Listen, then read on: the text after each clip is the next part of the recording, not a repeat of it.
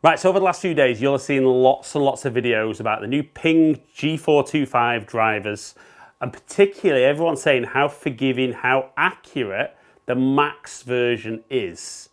Now, there's a 26 gram tungsten weight that goes in the back of the driver.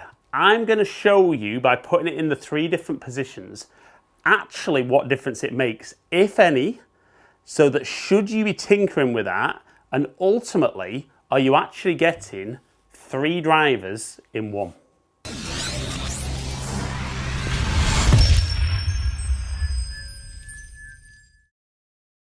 Right, so the Ping G425 Max driver, I've got a 26 gram tungsten weight which can be moved either centrally towards the toe or towards the heel. But because it's a heavier weight now, Ping are saying they don't need to move it as much as they did in G410 in order for you to see the benefit of that movement of weight. So I'm going to try those 3 positions and see, are they actually telling the truth? Does it make a big difference? So just before we get to hitting the shots, guys, if you're new to my channel, welcome down to Ali Taylor Golf. If you're a returning viewer, welcome back. If during today's video you're enjoying the content and you don't currently subscribe to my channel, please consider clicking the button below. Remember to ring that notification bell though, and you'll find out when I drop a new video. But for now, let's see, does this make any difference to this? Right, so like I said, you know, the Ping G425 Max driver, loads of good reviews on YouTube. But the big thing for me is that weight at the back. Is it really making any difference as you move it around? So I'm going to hit some shots with it in neutral, in fade and draw. I'm going to show you some shots just kind of down the range as I would and see, does it change performance of the driver, even though it's just moving CG. So should only change shape, but is it changing overall performance? And then I'll do the hitting down the fairway, the new format that I've done with driver head to head, and we'll see if it's influencing my shape. Do I then find it easier to hit fairways, potentially when the weight's off center rather than in the middle? So we're going to start with the weight directly in the back. And I know what people mean about when you look at it here as it would sit on the shelf, I think the weight does look a little bit ugly at the back of the club. It's 26 grams, so what they've managed to do differently from this to G410 is they're not moving the weight as far, but the weight's quite a lot heavier in the back. So the nice thing is, as bad as you might think it looks when you look at the sole of the club, behind the golf ball you actually can't tell where the weight is. So we've got this set neutral. Let's go. I'll aim dead straight and see what shape this gives me.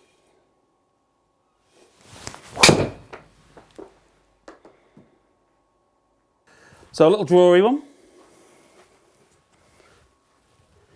Just a little bit flat, maybe maybe took a little bit of loft off that, didn't hit up quite as much as I could have done. But that's generally what I would see. So again, let's aim straight, normal swing.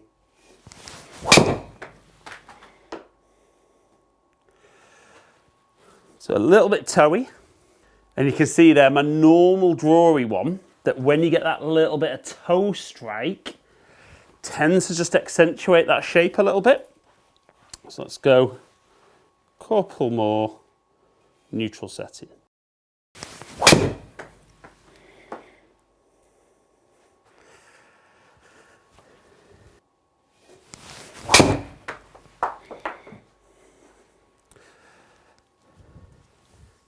And again, on slightly towards the toe, shape getting accentuated. And I don't think it's a big surprise for me, because certainly in my review video when I had this set up, I had the weight a little bit more towards the toe, which I said in that video, that's how I always have drivers set up in the Pings for me. So let's go one last neutral setting.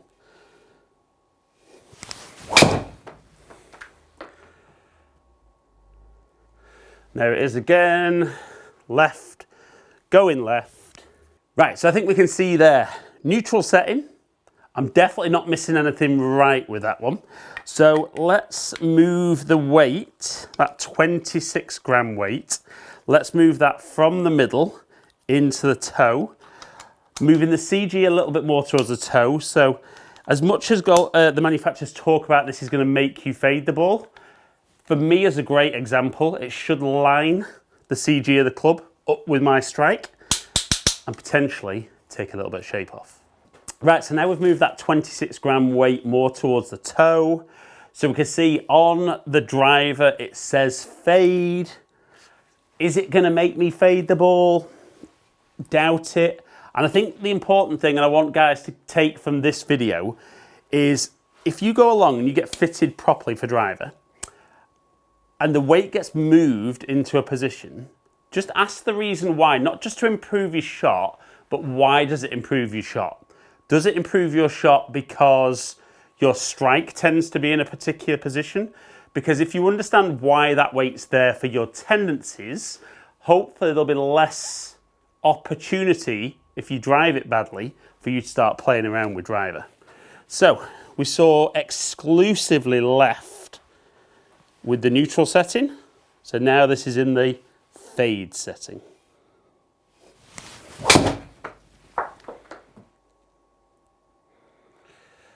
So it's still drawing, so it's not fading, but there's definitely a bit less shape there. And for me, I'm trying to make sure I aim straight so you can see what curvature is created from there. So definitely still a little bit of a draw. Now, I think for me, just from a confidence perspective, it's nice knowing that the weight is that little bit in the toe.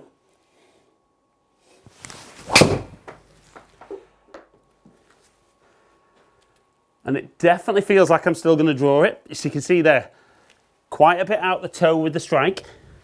So that strike is still creating that shape, but probably a little bit less than I saw when the ball was, when the weight, sorry, was in the middle of the club head.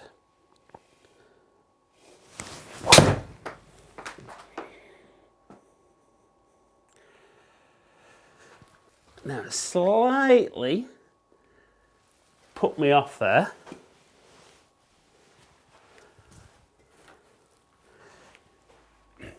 Just done a little bit of work in the studio, moved a couple of bits around, and on that last one, I actually fell in my downswing. It just catch something that's off camera. Okay, so, and again.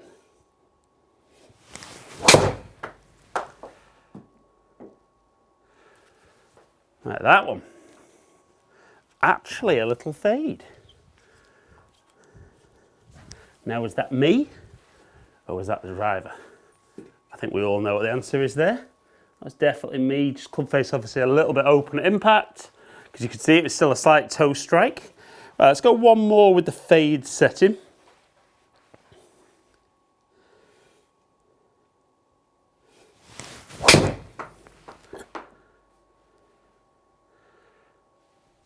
Again, a little draw, but not a huge amount in that. And before we look at any dispersions on those, what I'm going to do now is I'm going to move the weight into the heel. Might see some left ones coming up here, but I'm going to move that across and see how that performs. Right, so the weight's in the heel, and even though it's only a small movement when you're looking at the club itself, I think we saw quite a big difference in the shape of the shots as we're hitting there. Now, I'm still going to leave the strike on the screen, but it feels like this one might go left enough that I might need full screen for you to see where this one goes. Okay, so get set again, off we go.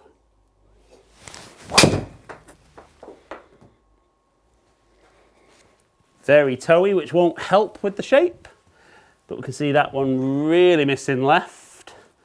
Definitely out of play. Now, what I would say is if I was drawing it like that, I obviously wouldn't be aiming at the middle of the fairway, but just for this initial part of the test, this is what we're going to do. And again, I love the fact that you don't see any different behind the golf ball.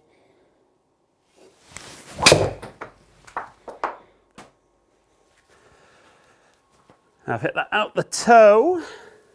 Now that felt like that should have gone a little bit further right than that. So potentially on that poor swing, the weight actually just helping me out a little bit and keeping me in play. Okay, so that was an interesting one. Would have expected that to maybe go a little left. Okay, and again.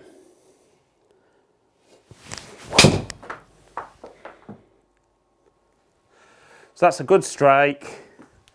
Turning over and doing exactly what I would expect. Let's go a couple more with the draw setting.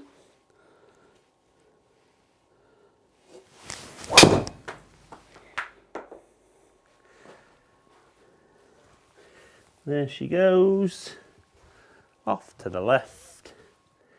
Now, before any mentions club head speed being down, I agree it is down. I am warmed up, but it's freezing in my studio today.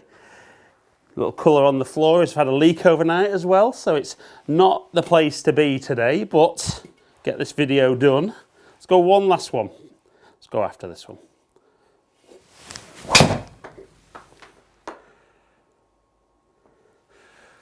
Yep, left, going left, keeping going left, and that doing exactly what I expected. So let's have a look and see how the dispersion was with the three different settings and see which one was maybe the most consistent in left to right dispersion. So we know that left is my primary shot, but what we're saying there is certainly actually neutral was more consistently left, but I would say that one over there where I left the club face open in draw setting definitely makes that look a little bit worse. So the draw ones were actually quite tight together, but certainly, and the good news is when I have it set a little bit more into the toe, I get my most consistent shape. So like I said, the good news there is it actually shows that how I have my driver set is the best performance for me. But now we're going to move out into the simulator. I'm going to hit 5 shots with each. Now we know none of these are missing right. So I'm going to aim down the right edge. I'm going to see how many I can get in play and see which one finds the most fairways. So 18th hole, I've got the driver in fade setting. I'm going to hit 5 shots in each of those. Now I'm trying to get the ball in play. Let's see which one finds it easiest for me.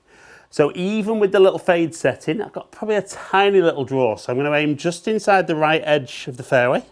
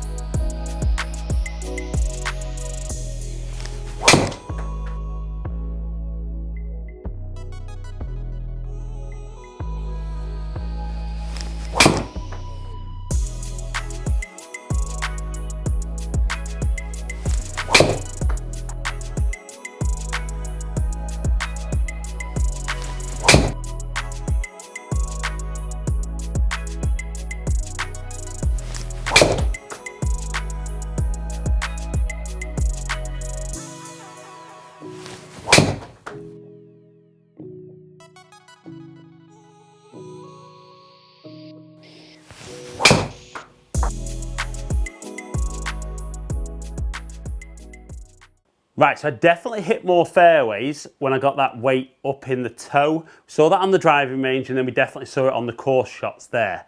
Now, my little challenge, I think, and some of you guys might associate with this, is it's almost like if I know the weight's in the heel and I know my miss is left, I'm trying to make the same swing, but sometimes I can feel myself obviously compensate for that, and then it's how good you become at that compensation.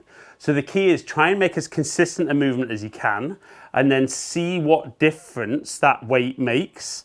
Ideally in a fitting, but if you need to and you've bought off the shelf, stick with that position and then at least be honest with yourself and say, look, was it a bad swing or was it the driver's fault? More likely it's you with either a poor swing or a poor strike. But ultimately, does that weight make any difference? Yes. Does it make a massive difference? Maybe not as much as Ping would have you believe. And there is that opportunity that potentially if that weight was in that heel position, in that draw position, does it actually make it more like the SFT? Now comment below and let me know what you think of that. Could that one, the Max, actually just be an SFT with the weight in the heel? And would that then be more versatile for you as you improve with the golfer? So guys, hope you've enjoyed today's video. If you have, like it and share it, comment below and I'll get back to as many people as I can. If you have enjoyed today's video and you don't currently subscribe to my channel, please consider clicking the button below. Remember to ring the notification bell and then you'll find out whenever I drop a new video. Follow me on all my social media platforms, all under Ali Taylor Golf. Hopefully catch up with some of you guys down here soon. Stay in contact.